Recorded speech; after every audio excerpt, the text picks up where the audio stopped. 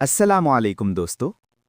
आप देख रहे हैं ईमान को ताज़ा करे चैनल, जहां दिल को अल्लाह से जोड़ने की बात होती है। शब बरात शाबान की 15वीं रात है।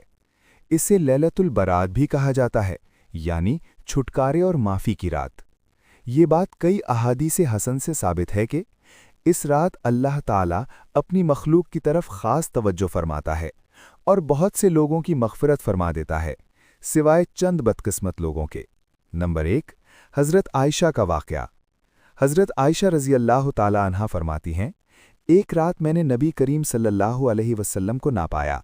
तलाश किया तो आप सल्लल्लाहु अलैहि वसल्लम जन्नतुल बकी में दुआ कर रहे थे। आप सल्लल्लाहु अलैहि वसल्लम ने फरमाया, ये शाबान की 15वीं रात है। इस रात अल्लाह ताला आसमान दुनिया पर नुज़ूल फरमाता है और बनो कल्ब की बकरियों के बालों से ज़्यादा लोगों को माफ़ फरमा देता है।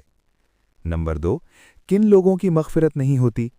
नबी करीम सल्लल्लाहु अलैहि वसल्लम ने फरमाया, इस रात सबकी मग़फ़िरत हो जाती है, मगर उन लोगों की नहीं, वो लोग जो मुशरिक, दिल में कीना रखने वाला, क़िताए रहमी करने वाला, ज़िना पर इसरार करने वाला, शराब का आदी।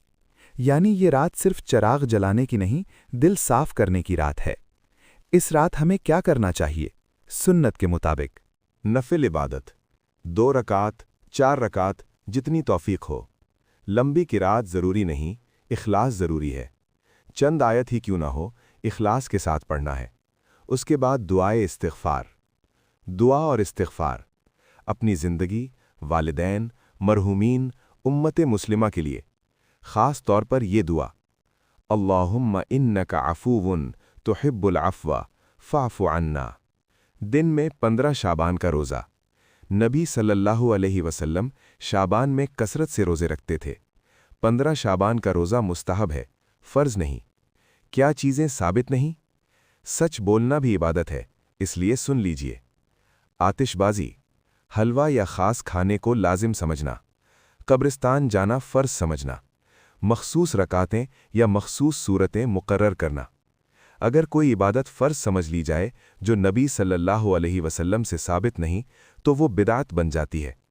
मेरे मोहतरम और बहनों, ये वो रात है जब अल्लाह अपने मखलूक के बारे में फ़ैसले करते हैं, मगर अफ़सोस हम मोबाइल के फ़ैसले करते रहते हैं। ये वो रात है जब अल्लाह कहता है कोई मांगने वाला, है कोई माफ़ी चाहने वाला, मगर हमारे दिलों में कीना, हसद, ज़िद और अना बैठी होती है। हम कितना ही बड़ी दुआ मांग लें, क्या फ़ायदा होगा? इसलिए पहले दिल को साफ़ करेंगे और अल्लाह से अच्छी दुआएं मांग लेंगे। अगर आज रात नामा आमाल बंद हो गया, तो क्या हम मुआफ़शुदा लोगों में होंगे या महरूमों में? आओ, दिल साफ़ करें।